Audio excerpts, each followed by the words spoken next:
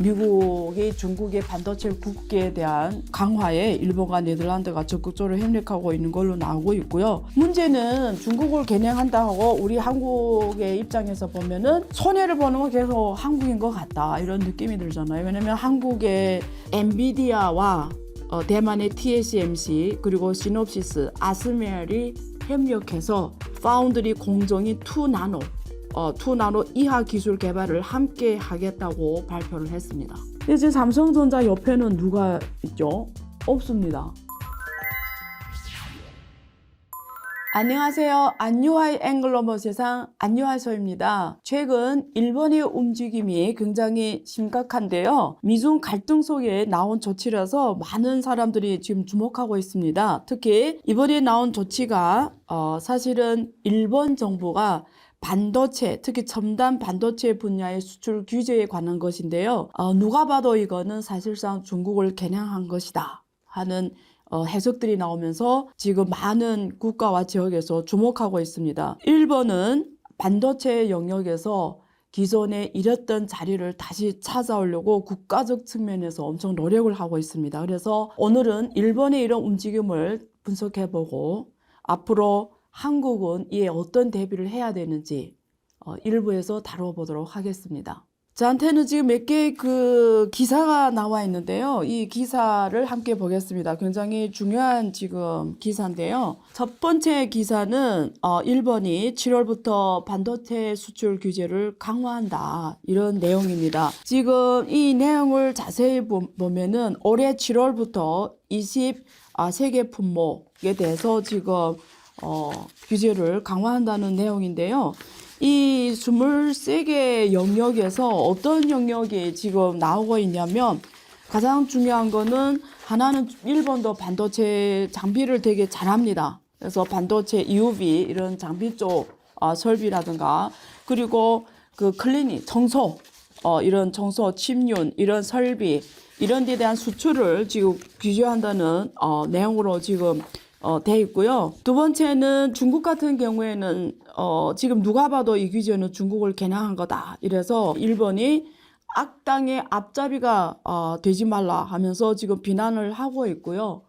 또 그에 따라서 지금 중국이 나온 조치 중에 하나가 지금 미국 기업들에 대해서 안전 심사를 하고 있습니다. 최근 중국 국가인터넷정보판공실 산하에 인터넷 안보 심사 판공실이 있는데요. 여기에서 지난달 31일 미국의 대표적 기업이죠. 여기 메모리 반도체 기업 마이크론에 대해서 중국 내 판매 제품에 대해서 인터넷 안보 심사를 한다. 그리고 실시하고 발표하고 있습니다. 그래서 중국의 한국 기업들이 많이 나고 있죠. 그래서 이런 또 국가안전 안보 심사가 나가 있는 한국 기업들도 지금 이루어지지 않을까. 우리 한국 기업들이 지금 굉장히 청각을 달고 있고요. 굉장히 지금 어떤 상황인지 지금 모니터링 상황입니다. 그래서 지금 나온 규제가 국내 업계는 중국을 겨냥한 조치이기 때문에 큰 영향이 없을 듯하다. 이런 지금 기사도 지금 나오고 있었지만 이렇게 보는 이유가 뭐냐? 일본이 나온 지금 내용을 자세히 보면은 표면상으로는 어느 한 특정 국가를 우리가 하는 게 아니다. 이렇게 지금 이거는 그냥 전 세계 모든 수출을 할 때 일본 경제 산업성의 동의를 거쳐야 된다. 이거는 중국을 겨냥한 게 아니고 전 세계 어느 수출을 다 받아야 된다. 이렇게 제도는 나와 있어요. 그러면 누가 봐도 이거는 중국을 겨냥한 게 아니잖아요. 근데 재미있는 거는 일본이 자체 이렇게 국가 분류가 있습니다. 무역 협력국으로서. 그러면 그 분류 중에 무역 최혜국 국가로 분리된 국가에 수출할 때는 이런 사전 승인을 안 받아도 됩니다. 그러면 이거는 일본 정부 마음이라는 거죠. 그죠? 그러니까 어떤 나라를 우대 국가로 할지는 일본 정부 마음이죠. 근데 중국은 그 안에 지금 안 들어가 있어요. 중국은 최우대가 안 들어가 있으니까 당연히 중국 수출할 때는 일본 기업들이 지금 경제 산업성에 지금 그런 걸 받아야 되는 상황입니다. 그 다음에 지금 또 주목할 거는 네덜란드도 리에 슈라이네마허라는 대무역개발협력부 장관이 의회에 제출한 보고서에 특정 반도체 생산자비 수출 통제를 확대할 필요가 있다. 관련 규제를 여름 이전에 도입하겠다. 그래서 이런 의회에 제출했잖아요. 그럼 이것도 중국에 대해서 올해 여름부터 어떤 조치를 하겠다, 수출 조치를 하겠다 이런 걸로 지금 일각에서 해석하고 있습니다. 그리고 여러분들이 잘 아시는 것처럼 미국의 반도체와 과학법에 가드레일 규정을 발표했는데 거기에 중국에 수출하는 국가의 경우 거기서 보조금을 못 받는다는 내용이 되어 있죠. 가드레일 규정에 의해서. 그래서 이게 맞춰서 일본과 네덜란드가 지금 대응 조치를 내놓은 것 같습니다. 미국이 중국의 반도체 국기에 대한 강화에 일본과 네덜란드가 적극적으로 협력하고 있는 걸로 나오고 있고요. 문제는 중국을 겨냥한다 하고 우리 한국의 입장에서 보면은 손해를 보는 건 계속 한국인 것 같다 이런 느낌이 들잖아요. 왜냐면 한국의 반도체 수출은 주로 중국이고 전 세계에서 반도체 소비는 50%가 중국에서 일어나고 있습니다. 특히 한국은 중국에 대한 반도체 수출을 가장 많이 하는 국가고 또 한국의 반도체 기업들이 다 중국에 들어가 있죠. 삼성도 그렇고 SK도 그렇고 이러한 조치들이 결국은 한국이 그 피해를 받는 거 아니냐 이런 우려가 나올 수밖에 없습니다. 그래서 미국의 그 가드레일 조치에 대해서도 지금 한국 정부와 기업들이 미국 정부하고 지금 계속 긴밀하게 협상하고 있고요. 또 이 일본의 중국에 대한 이런 규제도 결국은 중국을 대한 거지 한국한 건 아니기 때문에 크게 걱정할 사항이 아니다 이러는데 와칭해 봐야 되겠죠. 최근에 윤석열 대통령이 일본을 방문하면서 일본과의 관계 개선을 해왔고 그런 면에서 긍정적입니다만 저는 문제를 이렇게 안일하게 볼 게 아니라고 봅니다. 그래서 아래에 저의 오피니언을 말씀드리도록 하겠습니다. 일단 지금 전체 반도체 산업의 큰 지형 변화를 인식해야 돼요. 여러분 뉴스를 통해서 보셨겠지만 반도체 산업 밸류체인에서 파운드리 제조를 가장 잘하는 건 대만의 TSMC입니다. 초격차입니다. 아무도 대체할 수 없고 특히 공정 난이도가 높을수록 TSMC의 이 파운드리 점유율은 92%입니다. 삼성은 얼마 안 됩니다. 10%도 안 되거든요. 그런 면에서 보면은 삼성과도 초격차를 이뤄냈습니다. 대만의 TSMC가. 근데 최근에 또 주목해야 되는 거는 엔비디아거든요. 엔비디아와 대만의 TSMC 그리고 시놉시스, 아스멜이 협력해서 파운드리 공정인 2나노, 2나노 이하 기술 개발을 함께 하겠다고 발표를 했습니다. 이거는 되게 중요한 엄청난 의미가 있어요. 왜냐면 사실 삼성이 굉장히 노력을 많이 하고 있고 투자도 많이 하고 있어요. 이 TSMC를 넘어서야 되니까. 근데 TSMC가 3나노의 양산에 성공했잖아요. 그래서 삼성은 초격차를 이뤄내겠다고 2나노를 가속화하겠다라는 발표를 했고 여기서 초격차를 이뤄나겠다고 엄청 노력하고 있습니다. 근데 이 2나노가 우리 인류가 만들어낼 수 있는 가장 난이도가 높은 기술 개발이라고 보시면 됩니다. 근데 여기에 전 세계 1등들이 같이 한다라는 거거든요. 대만의 TSMC, 엔비디아, 시놉시, 아스멜, 네덜란드. 그래서 아스멜은 전 세계에서 지금 EUV 장비 1위 업체잖아요. EUV 장비 1위. 엔비디아는 우리가 GPU라고 하죠. 이미지 CPU에서 세계 1위 초격차고요. 시놉시스 기업들도 사실은 자체 첨단 기술력을 갖고 있고 특히 시놉시스 잘하는 게 뭐냐면 EDA라고 해서 설계, 전자설계 자동화에서 세계 1위 기업입니다. 시놉시스는. TSMC는 잘 아시다시피 지금 가장 잘하는 게 지금 파운드리잖아요.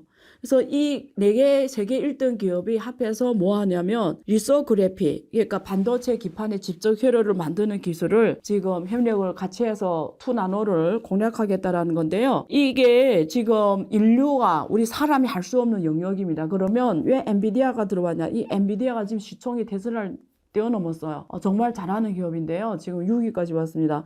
근데 엔비디아가 AI를 잘하잖아요. 집적 회로의 고난이도 오류를 잡는 걸 다 AI로 하겠다라는 거예요. 인간이 찾을 수가 없는 영역입니다. 그래서 AI로 데이터 분석을 해가지고 최정밀을 만들어내겠다는 거거든요. 세계 1등의 기업들이 지금 같이 동맹을 맺어서 초격차를 만들어내겠다라는 거예요. 그러면 이건 아무도 따라갈 수가 없어요. 지금 삼성전자 옆에는 누가 있죠? 없습니다. 혼자 지금 하고 있어요. 그래서 이게 과연 같이 할 수 있는 게임이냐. 워낙 지금 차이가 있는 데다가 지금 1등이 또 같이 하다 보니까 삼성전자가 혹 한국의 반도체 업체들이 전략적으로 미래 그림을 그리지 않으면 자칫하다가는 이제는 따라갈 수 없는 상황이 돼버리는 거죠. 그러면 지금 미중 갈등 시대에 결국은 미국하고 윤석열 정부가 굉장히 가깝게 가고 일본과의 관계 개선다고 노력을 많이 합습니다만 실제 소득은 없는 상황에 연출이 될 수가 있어요. 그래서 여러 가지 지금 협상을 통해서 중국에서의 비즈니스에 대해서는 협상하면서 지금 뭐 여러 가지 면제 조치나 이런 받기도 하는데 그게 지금 중요한 게 아니고 지금 미래에서 고지를 누가 먼저 선점하냐의 문제인데 세계 1등들이 똘똘 뭉쳐서 지금 반도체 지금 초격차를 만들어내는 데서 삼성은 누구하고 지금 같이 가야 되나? 혼자 할 수 있냐? 혼자서 이 4개 1등이 같이 가는 거를 따라갈 수 있냐? 혹은 이길 수 있냐? 이거는 굉장히 어려운 내용입니다. 근데 왜 대만, TSMC, 엔비디아, 시노시스, 아스멜이 같이 하냐? 이 4개 기업은 역사적으로 서로 협력을 오랫동안 같이 해왔어요. 그래서 신뢰가 굉장히 깊은 기업들입니다. 이 사이에. TSMC는 추격하고 있는 삼성전자를 아예 추격 불가능하도록 만들기 위해서 지금 AI를 도입했습니다. 가장 핵심 기술에 AI를 통해서 초격차를 이루는 이런 새로운 초격차 기술 개발 생태계를 만들어가고 있습니다. 그래서 삼성전자가 2나노에서 원래 곡선 추월을 하려고 했는데 그게 지금 굉장히 어려운 상황이 지금 돼 있다. 두 번째, 미국이 반도체 공급망에서 중국을 배제하는 정책을 취하면서 중국은 지금 사면 초과죠. 여기에 화웨이 그리고 중국의 SMIC 중심 고지라고 하죠. 이런 기업들이 다 미국의 첨단 기술 배제 정책에서 블랙리스트에 올라갔고 다른 나라에서 이들 기업에 수출하는 거를 지금 제재를 하고 있습니다. 그래서 많은 분들이 그럼 중국의 반도체는 앞으로 어떻게 될까? 어떻게 이런 어려움을 이겨낼까? 이렇게 되게 궁금하시잖아요. 답이 명확하게 있는 게 아닙니다. 근데 방법은 돌파밖에 없어요. 무에서 1을 만들어내는 걸 과거에 미국에 의존했잖아요. 그래서 중국이 잘한 건 1에서 언개를 만드는 응용 영역만 잘했는데 이제는 미국이 제재를 하니까 0에서 1을 안 주겠다라는 거잖아요. 그게 뭐 어떻게 해요? 그 동맹국들 앞세워서 하잖아요. 일본, 네덜란드 대표적으로 적극적으로 하고 있고 그러면 중국은 0에서 1을 혼자 할 수밖에 없고 이거는 1년이 걸리든 5년이 걸리든 10년 걸리든 50년 걸리든 스스로 할 수밖에 없어요. 그래서 중국 정부는 이 마음으로 지금 임하고 있습니다. 그래서 여기 대표 기업이 화웨이입니다. 사실은 중국이 화웨이가 2020년 2분기까지 세계 스마트 제조 1위였어요. 2분기에 딱 그 삼성을 초월했습니다. 그 정도로 세계 1위던 기업이 지금 이제 스마트에서 아예 순위에 못 들어가고 거의 배제가 됐고요. 미국의 이런 제재 그리고 매출액도 1조 위안에서 지금 6천억으로 떨어진 상황입니다. 지금 30% 넘게 매출액이 줄어들었고요. 그 스마트폰에서는 거의 배제가 됐고요. 5G가 특허를 제일 많이 갖고 있는 기업임에도 불구하고 4G 핸드폰을 만들 수 없게 됐다는 얘기입니다. 주로 4G가 이 화웨이 주요 매출 상품이었는데 지금 거의 밀려난 상황이고요. 그래서 지금 중국은 대응책이 뭐냐면 돌파입니다. 그래서 화웨이가 대표적으로 지금 돌파 기업으로 전면에 나섰어요. 그래서 첫 번째 중국에 지금 없는 기술이 설계입니다. 아까 EDA 설계거든요. 그래서 이 EDA를 지금 화웨이가 기술 돌파를 해서 14나노미 이상까지는 지금 자국 실현을 거의 했다고 합니다. 그래서 하나씩 가자. 옛날에 중국이 모태동 공산당 정권이 49년에 만들어졌잖아요. 그래서 미국이 봉쇄와 제재를 할 때 중국이 자체 역량에 의해서 주로 사회주의 국가의 도움을 받았긴 했지만 인공위성을 자체 힘으로 개발에 성공하거든요.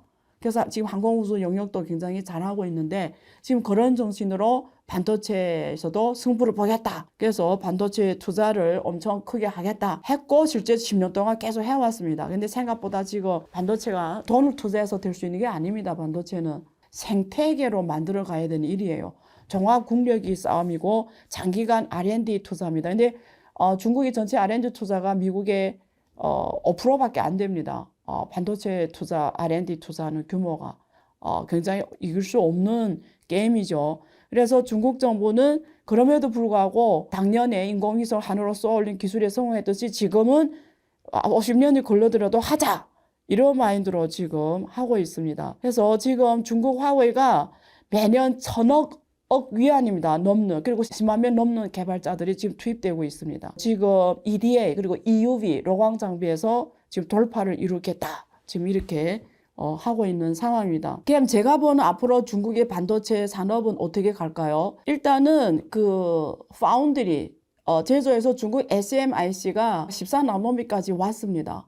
그러니까 14나노미 이상은 중국이 이미 국산으로 할 수 있다는 거거든요. 그럼 중국이 할 수 있는 게 뭐냐면 자기네 이미 할 수 있는 국산으로 할 수 있는 영역에서 더 안정화 개발을 할 거예요. 그러니까 14나노미 이하를 미국이 못하게 하니까 그러면 이미 할 수 있는 영역에서 계속 더 선진적인 프로세스 개발 안정화, 산업 확대. 이러면 자동차 반도체 칩 같은 경우에는 너무 고급 그 칩이 필요 없거든요. 그래서 이런 데서 먼저 선도를 치고 가겠다 이런 전략을 펼친다는 뜻이에요. 그래서 이미 갖고 있는 기술을 가지고 산업의 각 응용에서 어떻게 더 선도를 치고 응용 확대를 할까? 결국 응용 확대하면서 기술 개발까지 더 하면서 갈까? 이런 정책을 취할 수밖에 없고 그렇게 갈 수밖에 없습니다. 그래서 앞으로 기존에 갖고 있는 국산화된 반도체 국산 기술 더 산업의 곳곳에 그리고 스마트 도시화, 스마트 자동차, IoT, 사물인터 이런 데서 칩 개발, 칩 응용 확산 이런 영역으로 시장을 계속 확대해 가면서 경쟁력을 확보하고 또 그 자금으로 다시 개발 투입을 확대하면서 극복하는 이런 전략으로 갈 것 같고요. 그리고 중국은 지금 장비가 문제거든요. EUV 장비가 문제입니다. 앞에 말한 것처럼 이게 지금 제로거든요. 완전 수입에 의존했습니다. 근데 장비를 제일 잘하는 건 누구냐면 동경 일렉트론, 그다음 네덜란드 아스멜입니다. 아스멜 한 80%하고 동경 일렉트론이 한 20% 합니다. 그래서 원래는 우리가 가만히 생각해봐요. 미국이 아스멜을 중국에 못하게 하잖아요. 수출을 못하게 하잖아요. 그럼 우리가 이런 가상을 해봅시다. 만약에 그 기회를 일본이 수출한다면 지금 아스멜이 이것 때문에 못하는 시장 위축이 한 30% 돼요. 그러면 이거를 만약에 일본의 일렉트론이 그 시장을 다 갖고 와서 일본에 수출한다고 하면은 이거는 아스멜하고 대등한 기업으로 될 확률이 높아지는 게임이에요. 제가 보기에는 만약에 일본이 스마트한 나라라면 저는 그렇게 할 것 같아요. 네덜란드가 시장을 어떤 이런 정치적 이슈에 대해서 30% 잃는 시장을 그 시장을 갖고 간다면 아스멜하고 대등한 기업이 되는 거거든요. 오히려 중국 시장이 훨씬 크니까 추월을 할 수도 있어요. 그러면 전략적으로 당신이 만약에 일본 기업의 대표를 하면 어느 길을 택할까요? 지금처럼 지금 취하고 네덜란드나 일본의 정부 취하고 있는 것처럼 확실하게 미국의 그 딱 거기에 서가지고 줄에 서가지고 중국을 이렇게 완전히 배제하는 정책이 일본의 미래 50년에 유리할까요?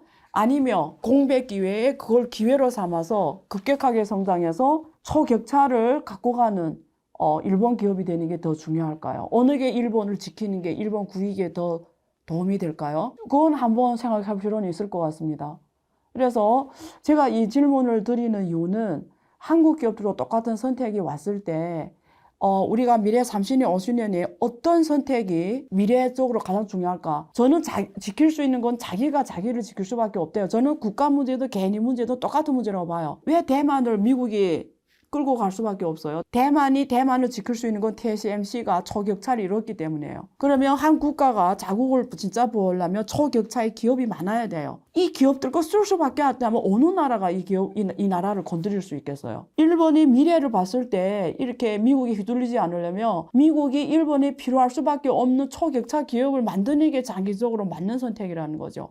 그러면 아스멜이 절대 초격차이기 때문에 휘둘린다고 하면 이 기회에 일본의 동경 일렉트론이 초격차를 만들어내면 비등비등해주면 오히려 미국의 입장에서는 일본도 더 안고 갈 수밖에 없죠. 그러면 일본이 좀 더 자기적으로 판단할 수 있는 공간이 생기는 거죠. 그래서 우리가 답을 정해놓고 보지 말고 이런 측면에서도 한번 볼 필요는 있지 않냐 이런 생각을 해봤습니다. 어쨌든 미중 갈등 시대에 저는 한국에 있어서는 메이드 인 코리아를 할 수 있는 가장 좋은 기회가 왔다고 봅니다. 메이드 인 코리아의 핵심은 뭐냐면 대한민국에 이제는 초격차 기업을 수십 개 만들어내는 거예요. 이것만이 한국의 미래를 지키는 겁니다. 그런 면에서 지혜로운 우리 기업 경영자들이 결책과 전략이 필요하고요. 또 정부가 이에 대해서 전폭적인 정책 규제 완화라든가 지원이 필요한 시점이 아닌가 싶습니다. 2부에서 뵙겠습니다. 중국 지금 31개, 본토에는 31개 성씨가 있잖아요. 부동산 지금 어떤 상황입니까? 예. 네, 중국 부동산 경기를 활성화시키기 위해서 작년 말부터 예, 정책 예. 총동원령을 내렸거든요. 예, 시중에 770조 원 돈이 풀었는데 이 돈이 과연 그 부동산 구제하는 데 들어가냐? 지금 현재 가장 정통하다고 하는 이제 시각이 집중되는 것을 보게 되면 소장님, 홍다는 지금 어떤 상황입니까? 홍다.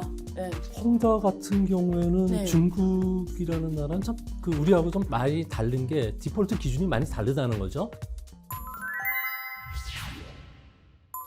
오늘은 중국 부동산 경제에 대해서 한번 다루어 보겠습니다. 여러분이 잘 아시다시피 헝다 사태가 올해로 만 3년째를 맞고 있습니다. 현재 전체 중국 부동산에 대해서 전망이 엇갈리는데요. 일부 전문가들은 최근 일부 도시에서 중국 부동산이 개선 조짐이 보인다. 그에 근거해서 이제는 중국 부동산 경제가 연착륙에 안착되는 시작이 됐다고 볼 수 있다고 주장하는 반면 또 일각에서는 아직도 부동산 지금 경제가 계속 위기가 다가오고 있고 뇌관이 터질 상황에 처했다. 이렇게 극명하게 시각이 엇갈리고 있습니다.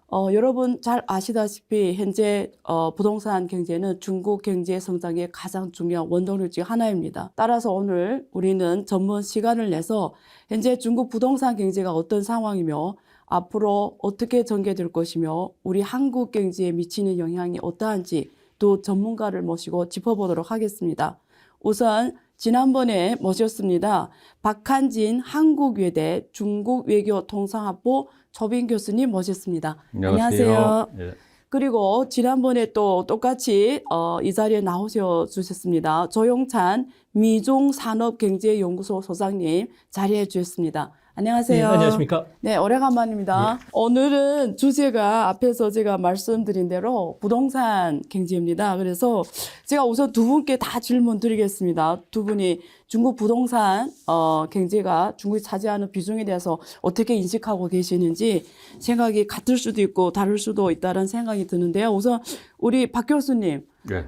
중국 경제에서 부동산은 어떤 위치를 차지하나요? 기준을 어떻게 잡느냐에 따라 다를 거예요. 총량적으로 잡아보면 우선 직접적인 효과를 봤을 때 GDP에 비교하는 것이 가장 많죠. 네. GDP의 17% 정도 차지를 하고 있고요. 그 다음에 이제 기업들이 많이 있는데 중국 기업의 이제 영업 잉여금 그것을 기준으로 할 경우에는 약 한 20%. 네. 그 상당히 큰 겁니다. 그죠. 5분의 1이니까. 그렇죠. 그리고 이제 전체 근로자의 급여 요 수준을 비교하면 한 12% 정도 규모라고 보여요. 근데 이것은 직접적인 효과, 청량적인 효과고 간접적인 효과를 따지게 된다 그러면 보통 우리가 최고 한 30%에서 40%대까지 GDP 기준으로 해서 네. 이렇게 보통 보고 있습니다. 소장님께서도 그렇게 비슷하게 보시나요? 어떻게 우리가 인식해야 될까요? 중국 경제에서 부동산 문제를? 네, 너무 네. 좀 다양한 기준이 네. 있는데요. 저는 하버드대 그 케네스 로코프 교수가 네. 2020년 논문을 쓴 게 있는데 네. 거기서 보면 부가가치를 기준으로 해서 건설업을 포함한 부동산 산업의 GDP 비중은 29%라고 표현을 했는데요. 비슷하네요. 네. 네, 그래서 뭐 이는 그 부동산 산업의 경제 활동이 20%만 축소가 된다면 중국의 GDP는 5에서 10% 정도 감소한다는 의미가 되는데요. 작년에 중국의 주택 판매가 10% 정도 감소를 했습니다. 예. 이 때문에 GDP 같은 경우에는 2021년에 8.4% 하다가 2022년에는 3%대로 급락을 했는데요. 네. 현재 중국의 주요 도시들 같은 경우는 일부를 중심으로 해서는 주택 평균 가격이 반등을 하긴 했습니다. 네. 2월 달 들어서. 근데 네. 신규 주택 판매 가격들 같은 경우에는 19개월 연속 디프레션 상황에서 벗어나지 못하는 상황인데요. 이 때문에 가계 같은 경우에도 중국인들은 그 부동산에서 차지하는 비중이 59.1%로 나와 있습니다. 이는 일본의 6.7%, 미국의 25.1%보다 크게 높은데요. 이는 달리 해석을 한다면 새해 들어서 중국 경제가 조금씩 좋은 스타트를 보이기 시작했는데 최근 들어와서는 오히려 더 뒤로 후퇴하는 모습을 보여주고 있는데요. 아무래도 레저나 외식 같은 부분들이 경제 정상화에 따라서 좀 회복이 됐는데 내구 소비재로 확산이 못 되는 것도 이런 부동산 경기 침체가 원인이 됐던 것으로 보여지고요. 이로 인해서 세계 최대 전기 자동차에서는 BYD라든지 네. 뭐 장안 자동차, 둥펑 그룹 같은 경우에도 자동차 판매가 안 팔리니까 1+1 세일이라든지 네. 뭐 엄청난 세일들을 하고 있는 것을 보면은 아무래도 중국 시장에서는 시장을 잃으면 모든 것을 잃기 때문에 중국의 부동산 산업이 주는 충격이 현재 자동차뿐만 아니라 소비까지 상당한 영향을 끼치고 있다는 것을 보여줍니다. 아, 그럼 방금 말씀하신 그 51%, 일본은 6.7, 미국은 25.1% 이 비중은 가계 소비에서 차지하는 비중인 거죠? 네, 가계 자산에서 가계 자산 비중에서 중국은 부동산이 51% 차지하고 일본은 6.7, 59%. 아, 59%. 예, 그래서 우리나라는 64%인데 한국 64%. 네, 한국이 더 높네요. 예, 그래서 자산에서. 중국인민은행이 2019년 10월에 네. 도시 지역에 3만 명을 대상으로 해서 예. 조사한 자료라 그럽니다. 우리 조성환께서는 항상 부동산 안 좋게 보시니까 투자나 이런 거 안 하셨겠죠, 중국에서? 아니 저도 예. 10년 전에는 예. 상당히 좀 네. 관심 있게 보고 예. 중국의 부동산 사기 위해서 네. 주요 도시들을 직접 방문하고 부동산과 관련된 뭐 컨설팅도 받고 했는데 결론은 돈을 갖고 가는 과정에서 예. 이게 그 정식 루트가 아니라 예. 그 약간 뒤로 이제 통해서 들어가야 되니까 뭐 그런 리스크를 좀 뒤에 신어서 그렇죠. 결국은 못 샀습니다. 아마 중국 부동산 구매하신 중에 현지에서 근무하거나 이렇게 정부 일을 하시거나 아마 경력이 있어야 살 수 있는 걸로 알고 있고요. 예. 맞죠? 주제를 해야지 가능한 되는 걸로 알고요. 아니면 예. 뭐 편법을 해서 많이 하는 그렇죠. 게 있고요. 그런 분들도 계시고. 사실은 이 부동산이 예. 1, 2년 된 예. 문제가 아니기 때문에 예. 이게 터지냐 안 터지냐 이게 자연스럽게 이제 이런 문제로 넘어가는데요. 그렇죠. 예. 방금 이제 말씀해 네. 주셨다시피 네. 부동산이라는 거는 결국은 자금에 출처하고 나중에 나올 때 하는 그 향방이 이게 대단히 민감하거든요. 그래서 실제로 중국의 부동산에서 문제가 터지기보다는 네. 저는 어떻게 생각하느냐면요. 아마 절대로 터뜨리지 않을 것으로 네. 그 풍선이 터지지도 않고 날아가지지도 않고 조금씩 빠지도록 할 거로 저는 생각을 해서 아까 앞에 말씀하셨던 첫 번째 전문가의 의견, 두 번째 의견, 전자 후자도 다 아닌 네. 정말로 롱 랜딩을 해가는 네. 이제 그런 것으로 보이고요. 오히려 부동산에서 만약에 문제가 생긴다면 이 자금 출처에 대한 자금 향방에 대한 문제가 좀 조금 그런 생각이 들어요. 방금 그 말씀을 예. 하시니까. 예.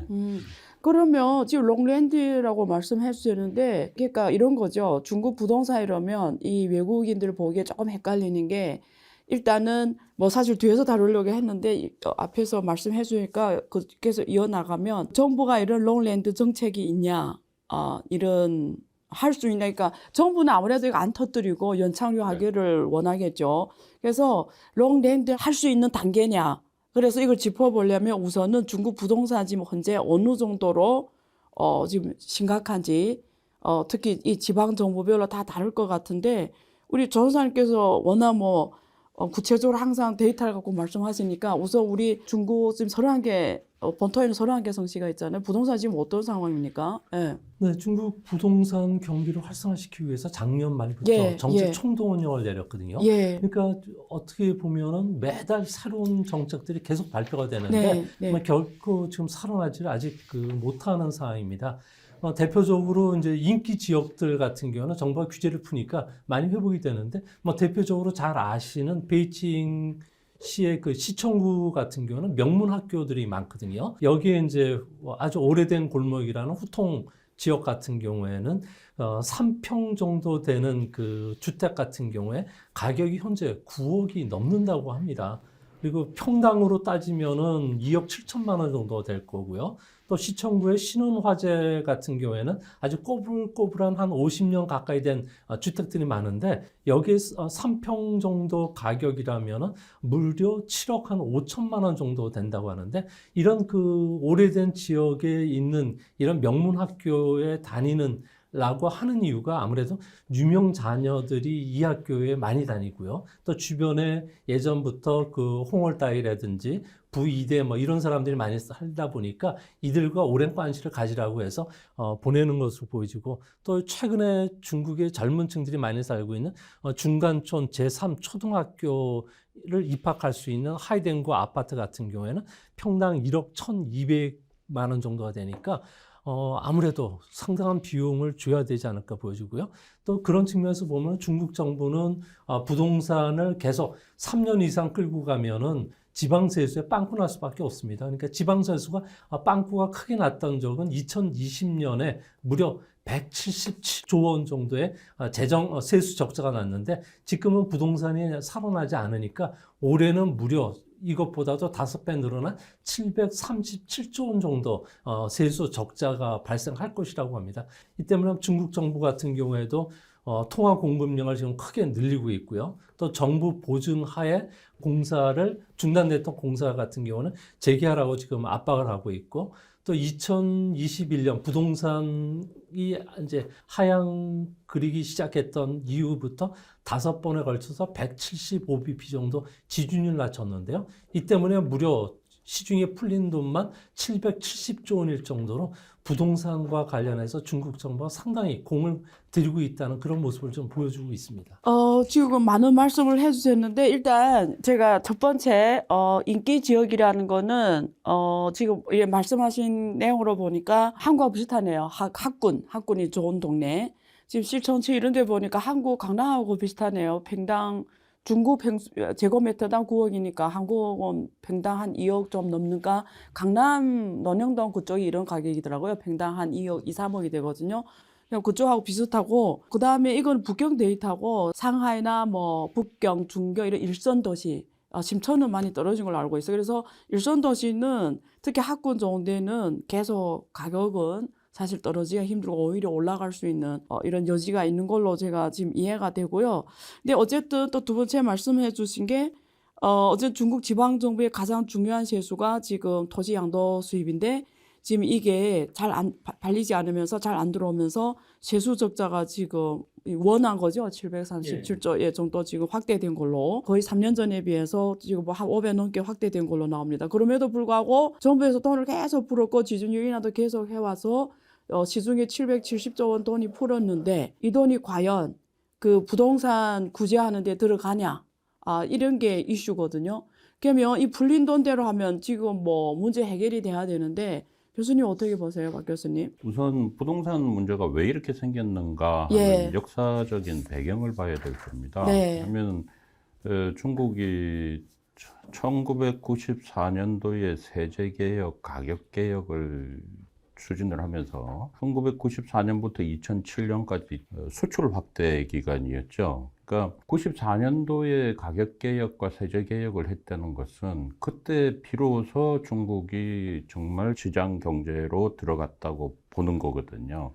근데 이제 아시다시피 2008년에 오면은 어떤 일이 생겼습니까? 미국발 금융위기가 생겨가지고 중국이 수출만 위주로 나갈 경우에는 대단히 위험해지니까 2009년부터 2018년까지 한 10년 동안은 중국이 국가 산업 경제 정책 전체를 바꾸죠. 그것이 수출은 수출대로 어느 정도 하면서 이 기간에는 SOC하고 부동산 집히는 거를 이 시기에 시작을 합니다. 그러니까 지금 부동산의 부채가 이렇게 천문학적으로 쌓인 것은 배경도 롱이고 문제도 롱이고 해결까지도 롱이거든요. 부동산이라는 게 원래 그렇지 않습니까? 그러니까 10년 동안 경기를 지탱하기 위해서 부동산을 집히다 보니까 그게 이제 결국은 부채가 쌓여왔던 건데 그럼 지금 현재 2018년에 또 무슨 일이 생겼습니까? 미국발 금융위기가 생겼지요. 그러니까 이거 또 이제 문제가 생기니까 한 번 더 해가지고 2018년경부터 지금 얘기하는 쌍순환의 그 모습을 지금 찾아갔을 거예요. 그러니까 중국 입장에서 볼 때는 하필이면 또 2018년 이때가 중국이 그 탈세계화, 뭐 세계로부터 이제 이런 공격도 받게 되는 시기고 해서 모든 게 다 바뀌는 시기죠. 그러니까 지금 보게 되면은 중국의 천문학적인 숫자의 부동산 문제 이것을 그 자금을 부어가지고 일시간에 몇 년 동안 해결한다는 것은 이제 불가능하고요. 되게 부동산에서 거품이 끼기 시작할 때는 거품 다음에는 내리막을 들어가잖아요. 내리막 들어가면 세계 어디나 공통적인 게 대개 한 5, 6년 들어가요. 요게 1991년도에 일본이 그랬고 97년도에 동남아시아가 그랬고 또 그 이후에 2006년, 7년에 미국발해서 세계 부동산 시장이 그렇게 들어왔다는 거죠. 그러면 5, 6년인데 가만히 생각해 보면은 중국에서 지금 문제가 되고 있는 이 상황이 벌어진 게 부동산 경기 하강이 된 게 대개 한 5, 6년이 돼요, 지금. 그리고 올해 부동산 살아난다 그러잖아요. 그럼 올해 살아나는 게 이게 이제 그만 하강을 하고 올라가는 건가 하는 이 시점인가 하는 문제가 생기거든요. 근데 보는 사람에 따라서 다르지만, 근데 지금 현재 가장 정통하다고 하는 이제 시각이 집중되는 것을 보게 되면 이것은 부동산이 회복된다기보다는 코로나 3년 기간 동안에 억압됐던 그 수요가 지금 잠시 풀린 것일 뿐이고 앞으로 이게 다시 살아나려 그러면은 아마 최소 5년에서 10년 가지 않을까 싶고요. 그래서 제 생각에는 롱랜딩이라고 한 거는 사실은 항공기에서 롱랜딩이라는 거는 원래 딱 착륙해야 될 지점에 착륙을 하지 못하고 조금 그 넘어가서 착륙을 하게 되면은 이게 요동을 친단 말이죠.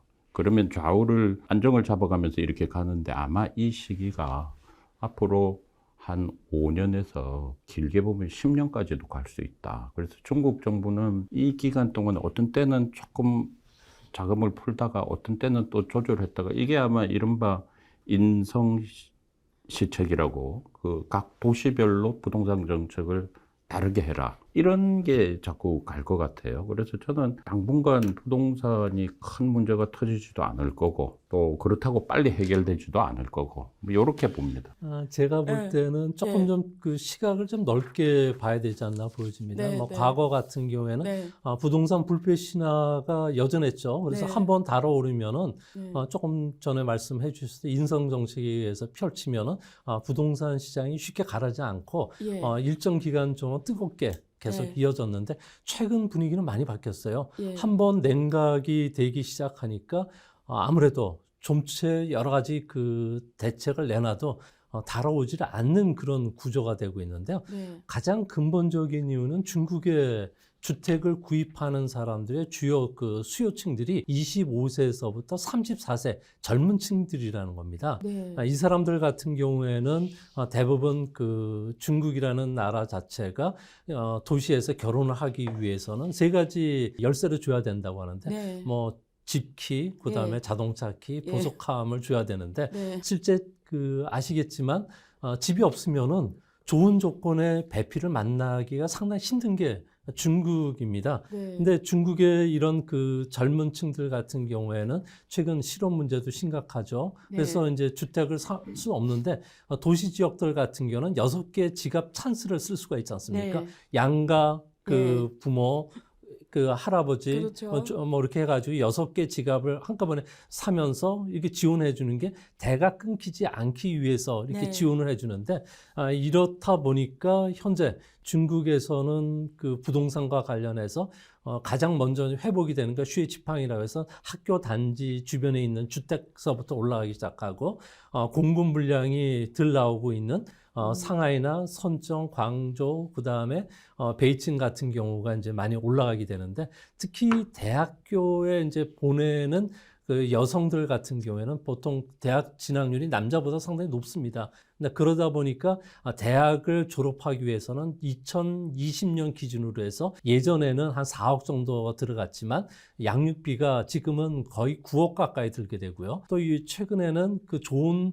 유치원에 보내서 원어민 영어 교육까지 받으려면 1,500만 원 정도가 한 달에 더 들어가는데 이런 걸 모든 것을 비교해 보면은 부동산과 관련해 가지고도 가격이 계속 올라갈 수밖에 없는 그런 구조가 되지 않았나. 그러나 문제는 나머지 여타 지역들 같은 경우에는 부동산의 거품들이 좀 심각하게 꺼지고 있는 상황이기 때문에 전체적으로 봐가지고는 부동산 가격이 조금 더 하락할 여지는 있지 않나 이렇게 보여집니다. 공급과 수요 측면에서 한번 다시 정리해 볼게요.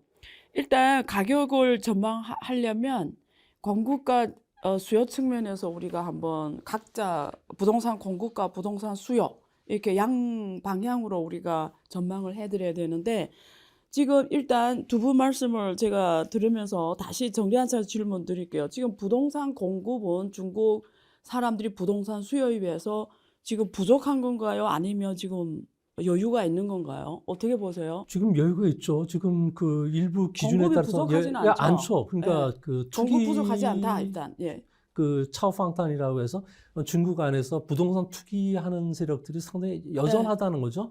두 주택을 갖고 있는 사람이 최소 20% 이상이 되는 것으로 나오고 있고요. 네. 또한 가장 중요한 게 중국에서는 부패 관료들 같은 경우는 뇌물로다가 이런 아파트들을 많이 받습니다. 네. 보통 이제 국장들 같은 경우에는 중국에서 한 4천만 명 정도가 되는데 네. 평균적으로 100여 채 이상씩 갖고 있다고 합니다.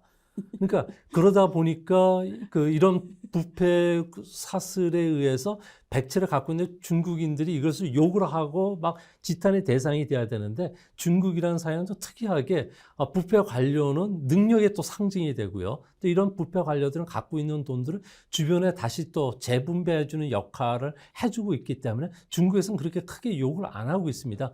그러다 보니까 현재 빈 집의 비율을 어떻게 보느냐에 따라서 달라지는데 6개월 동안 전기를 사용하지 않는 주택들 같은 경우는 6천만 채 정도가 된다고 하고 있고요. 네. 이런 투기주택 그리고 지방에 있는 여러 가지 2주택까지 포함하면 1억 채 정도가 된다고 하니까 실질적으로 현재는 공급이 많은 상황이지만 이게 현재 개인들한테 풀리거나 주택가격 하락 압력으로 전혀 작용하지 않고 있다는 데 문제가 있는 거죠. 일체가 빈 공간이 있다라는 게 어쩌면 좀 예상은 되는데 이게 공급은 부족하지 않다고 생각되는데 박 교수님 동의하세요? 중국 이 부동산 공급이 수요에 그게 비해서. 아마 지역별로 다 예. 다르겠죠. 예, 네, 예. 지역별로 제가 북경이나 예. 상해 뭐 여러 군데서 근무를 할 때 제 주변에서 제가 봤던 중국 사람들은 네. 보통 흔히 말하는 예. 라오바이싱 같은 경우도 대개 2채, 3채 가지고 있지 한 채 갖고 있는 사람은 없거든요. 그게 몇 년도죠? 3년, 2년 전이죠. 오케이. 예. 네네네. 주변에 항상 2, 3채 갖고 있었죠. 그냥 예. 일반적으로 보는 라오바이싱들이 그렇죠, 그렇다는 거죠. 맞습니다. 그래서 예. 두세 채를 갖고 예. 있지 한 채 갖고 있는 사람도 드물고 예. 한 채도 안 갖고 있는 사람도 드물죠. 예. 대도시 같은 예, 경우에는요. 예. 그러니까 이게 분명히 그 안에 방금 말씀하셨듯이 그런 투기 이런 게 있죠. 오죽했으면 중국 정부에서 총리가 시간이 날 때마다 집은 투기하는 게 아니고 들어가 사는 거라는 맞습니다. 얘기를 예. 계속 하겠습니까? 예. 그런데 문제는 또 지방에 어떤 지방에 가면 예. 또 상황이 전혀 다르고 네. 북경하고 상해하고 또 대도시 안에서도 또 다 다르고 이제 뭐 그렇게 돼서 아마 중국 정부에서도 각 지역별로 다른 정책을 쓴다 하는 거를 이제 가져가는데 문제는 제가 아까 큰 문제가 없을 거라고는 했지만 네. 대단히 머리가 아픈 문제죠. 이것은 자칫 잘못할 경우에는 굉장히 위험성도 있는 이제 그런 문제가 되니까 그래서 이 부동산의 수요 공급은 정말 어떤 하나의 기준을 딱 잡아갖고 보게 되면은 이제 가능한데 전체적으로 봤을 경우에는 이게 너무나 오리무중 큰 부분이 돼서 그러니까 불균형이라고 보입니다. 이게 지역별로 또 가진 자, 못 가진 자의 그런 게 너무 전혀 해결되지 않은 상태에서 자꾸 오랫동안 시간을 요하는 이제 그런 문제가 되는 것 같아요. 소장님, 홍다는 지금 어떤 상황입니까? 홍다. 예. 홍다 같은 경우에는 네. 중국이라는 나라는 참 우리하고 좀 많이 다른 게 디폴트 기준이 많이 다르다는 거죠. 중국에서 거래되는 그 위안화 채권 같은 경우는 크로스 디폴트 조항이 없습니다. 그러니까 달러를 부채를 못 갚으면 위안화가 발행 채권이 부도가 되는 게 아니라 별도라는 거죠. 네. 그래서 현재 상황에서는 디폴트가 일어나긴 했는데 뭐 헝다 이후에 그 환양리엔이라든지 차이나 프로퍼티, 시닉 홀딩스 같은 경우는 부도는 났지만 계속 지금 사업을 하고 있어요. 그래서 우리나라처럼 그 어음 부도 정도가 해당되지 않나 보여지는데 지금 현재 그 헝다 같은 경우에는 기업 회생 절차를 처리하기 위해서 법원에서 그 법정 관리 이제 과정에 있는데 이 과정이 아주 무척 길게 됩니다. 현재 25조 원의 그 채무 조정 합의를 했다고 이야기가 나오는데 중국 같은 경우는 지방 정부 주도로 그 기업 재생 과정이 상당히 복잡하고 아주 깁니다. 그러니까 첫 번째 단계인 현재 그 채무 조정을 한 거고 이제 앞으로 두 번째 단계죠.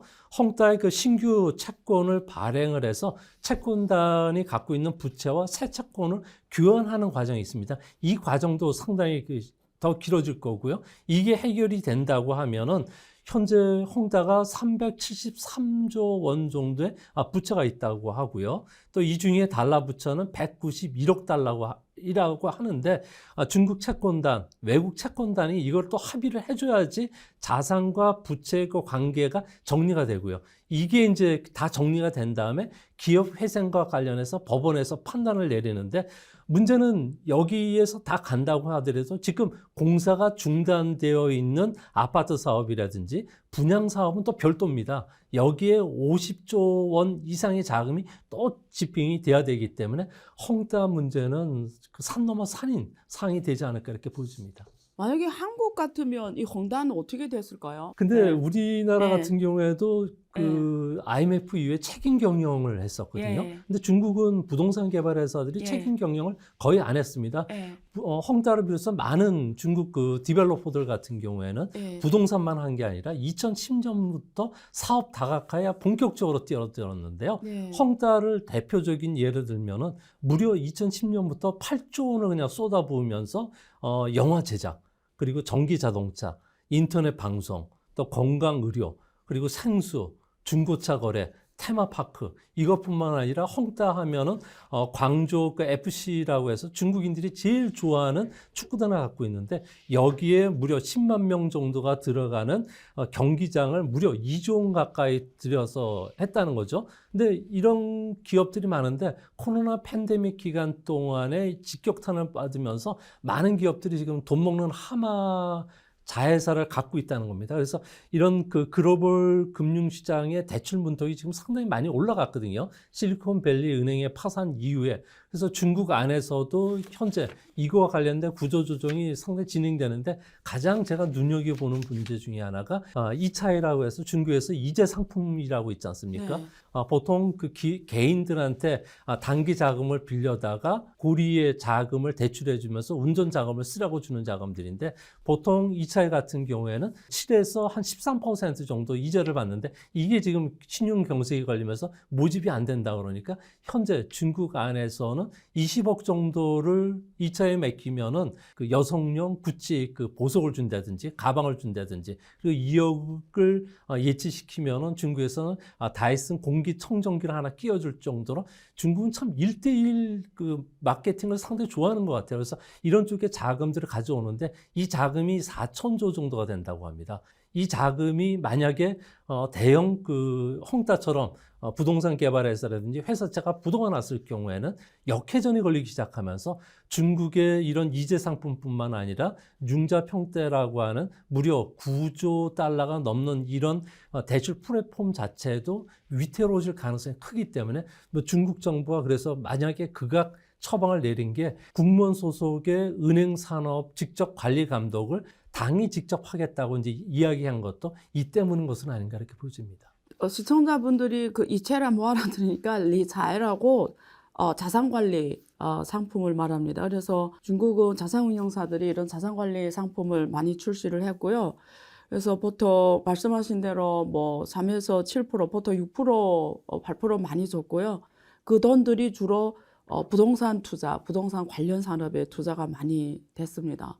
근데 PF 한국마을저축은행 이런 데서 PF 대출을 많이 브릿지 대출이나 PF 대출 많이 해주는 것처럼 그런 자금으로 이 자산관리 상품들이 많이 쓰였는데 중국 부동산 경제가 어려워지면서 자산관리 상품들이 약속한 수익률을 줄 수도 없고 많이 마이너스 수익률로 돌아서면서 지금 여기에 돈 넣었던 사람들 돈 빼고 그러다 보니까 지금 부동산 경제에 의해서 나타난 게 자산관리 상품들이 지금 부도가 나기 시작을 했고 지금 이런 것들이 계속 잘 돌아가야 부동산 경제에 돈이 들어가는데 그게 지금 막혔습니다. 사실 용사 플랫폼들이 지금 어려움에 처했어요.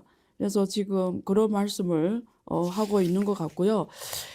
저는 어제도 부동산 경제 문제는 뭔지 쭉 얘기 나눈 것 같은데 이제부터 대책에 대해서 조금 더 얘기 나눠볼게요. 근데 아까 박 교수님께서 롱랜드 할 수 있다고 어제도 그렇게 확신하고 계시는데 왠지도 자세히 설명드렸는데 저는 지금 짚어볼 게 롱랜드 하려면 정부 정책이 따라가줘야 되지 않냐. 그게 스스로 롱랜드 할 수는 없다. 저는 그렇게 보는데 그쪽으로 좀 설명 부탁드립니다. 롱랜딩이라는 거는 예. 아주 길게 간다는 거거든요. 예, 그러니까 예. 지금 여러 가지 문제 상황 사실은 아까 조금 전에 예. 말씀하신 이게 만약에 한국 같으면 어떻게 되겠느냐고. 그러니까 연착륙 뜻이 아니라 예. 이 시간이 길게 간다. 그렇죠. 이 문제가 길게 간다. 예. 해결된다는 한국 뜻이 같으면은 아니고. 어떤 예. 게 되겠느냐고 이제 말씀하셨는데 우리가 예. 흔히 봐왔던 한국 같은 시나리오는 네. 여러 가지 진통을 겪은 끝에 어차피 지금 벌려놓은 사업이 있기 때문에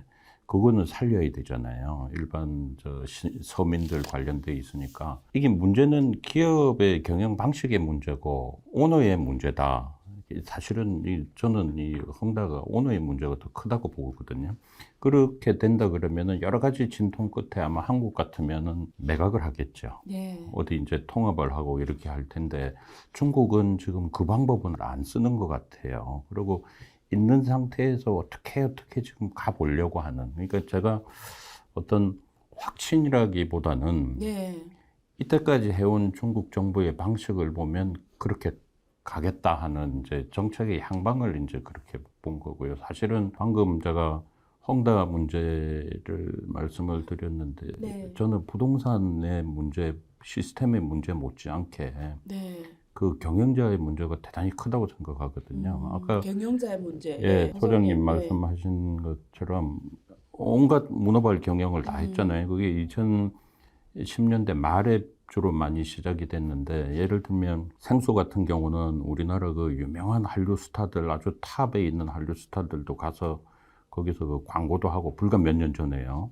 또 이 사람이 마윈을 초청해가지고 그걸 또 사람들한테 과시도 하고 또 전기차 같은 경우는 2019년에 전기차를 만들면서 그때 뭐라고 했냐면 3년에서 5년 사이에 중국에서 탑을 하겠다고 얘기를 했거든요. 탑을 하겠다는 건 어디입니까? 즉 상해에 있는 그 회사를 앞질르겠다는 얘기를 네. 했었어요. 네. 그러면서 100만 대를 팔겠다고 네. 3년 내에요. 네. 근데 실제로 지금 올해 이렇게 보니까 1000대도 못 판 것 같아요. 네. 1년 동안에. 네. 그러니까는 이런 문제가 이제 여러 개가 많이 있는 것 같은데 그래서 저는 생각할 때 사실은 이게 쓰러지고 나면 만약에 이게 쓰러져서 이제 뭐 시스템 위기 쪽으로 온다 그러면은 중국 경제 전체가 이거는 장담할 수 없는 상황으로 빠진다는 것이죠. 딴 부동산 회사의 연쇄 도산의 문제가 아니고 중국 전체가 문제로 들어가기 때문에 요즘 나오는 거 보면 부동산세를 고려해야 된다. 네. 이런 얘기를 그 전 재정부 장관이 이제 이런 얘기를 싹싹 흘리고 하는 거 보니까 네. 아마도 조금씩 어려운 거는 어려운 것으로 감내를 하면서 이것도 해보고 저것도 해보고 이제 그렇게 갈 가능성이 크지 않을까 보여요. 예. 제가 여기서 조금 더 네. 보태면요. 예. 지금 중국 안에서는 디벨로퍼들이 이제 파산을 하고 공사가 중단되면서 뭐 32개 그 도시들 같은 경우는 290개 건설 프로젝트들이 추진되고 있는 규모 이상이게 됐죠. 근데 이 중에 이제 40%가 공사가 중단됐어요. 그러다 보니까 현재 여기에 입주를 못한 사람들만 하더라도 188만 명 정도가 된다 그러네요. 뭐 중국 같은 경우에는 진짜 그 자기 이익과 관련해서는 진짜 목숨이라도 내놓는 사람들인데 그러다 보니까 시위들이 계속 끊이질 않는다는 거죠. 지금도요? 예, 그래서 지금도 타도 시진핑이라는 구호가 계속 나오고 있고, 이게 이제 계속 그 회자가 되면서 반정부 시위로 확산이 되고 있는데, 그런 측면에서 보면은 그 시 주석 같은 경우에 부동산 시장과 관련해서 부양 조치나 헝다를 살려주는 데에 대해서 좀 비관적으로 봤었다고 하더라고요. 아무래도 공동 부유에 따라서 과다 이익을 부동산 개발에서 했다는 거죠. 대표적으로 헝다를 지목했는데 당에서도 헝다와 관련해서는 무려 토지를 구입할 때 한 평당 112만 원에 구매를 해서 고객들한테 팔 때는 한 평당 597만 원에 팔았으니까 5배의 폭리를 취했다는 거죠. 그래서 이런 아파트 장사라든지 주상복합 건물 장사, 테마파크 공사와 관련해서는 상당히 규제를 가하고 상계 데드라인을 설정해서 이걸 못 지키면은 파산까지 시켰는데 문제는 헝다가 이제 파산이 되면은 중국에는 9만 개라는 부동산 개발 회사들이 존재한다는 걸 이번에 알게 됐는데요. 무려 이들이 갖고 있는 채무만 우리나라 돈으로 5,900조 원 정도가 된다고 합니다. 일본의 명목 GDP보다도 더 많은 숫자가 되는데 이런 상황에서 부도를 내버려뒀을 경우에 중국의 50여 개 산업들이 일순간에 공장문을 닫게 될 수밖에 없고 이렇게 되면은 뭐 인프라 건설뿐만 아니라 뭐 의료보험, 공무원의 임금, 연금, 군사비까지 준다는 걸 지금에서 이제 알게 된 모양 같더라고요. 그래서 앞으로 중국 같은 경우는 부동산 시장과 관련해서는 심하게 쪼지 않고 어느 정도 연착륙시키는 이런 정책들이 계속 발표가 되는데 문제는 수요가 없기 때문에 제가 보기에는 2024년 내년도에도 중국의 부동산 시장은 잘해야 L자형 회복이 되지 않을까 그렇게 보여집니다. 그럼 두 말씀 드리면 중국의 지금 문제, 부동산 문제가 코로나19 때문이 아니라 헝다 같은 경우에는 경영진이 문제다 크고 코로나 때문에 전체 지금 부동산 경제가 어려워진 게 아니고 그동안 아까 박 교수님 말씀하고 과거에 쌓아왔던 이런 여러 가지 요인들 때문에 발생하는 문제다. 이게 코로나 때문이 아니다. 이렇게 봐도 됩니까? 예. 그 우리나라 과거에 양회는 두 분이 어떻게 보셨어요? 일단 우리 박 교수 양회에서 우리가 이거하고 관계돼서 좀 주목할 만한 게 있습니까? 이제 부동산세를 일부 지역부터라도 먼저 시작해야 된다. 뭐 이제 이런 얘기가 지금 나온 게 아마 최근에 다시 좀 주목할 만한 것 같고요. 관련해가지고 그래서 중국 부동산 문제가 지금 한국 경제에 어떤 경로로 혹은 영향이 있는지, 예. 중국의 부동산 버블이 터지거나 아니면 이번 그 경기 침체처럼 부동산 침체가 아주 좀 더 지금보다 더 오래 갔을 경우에는 세계의 경제는 끔찍하다고 보여지는데요.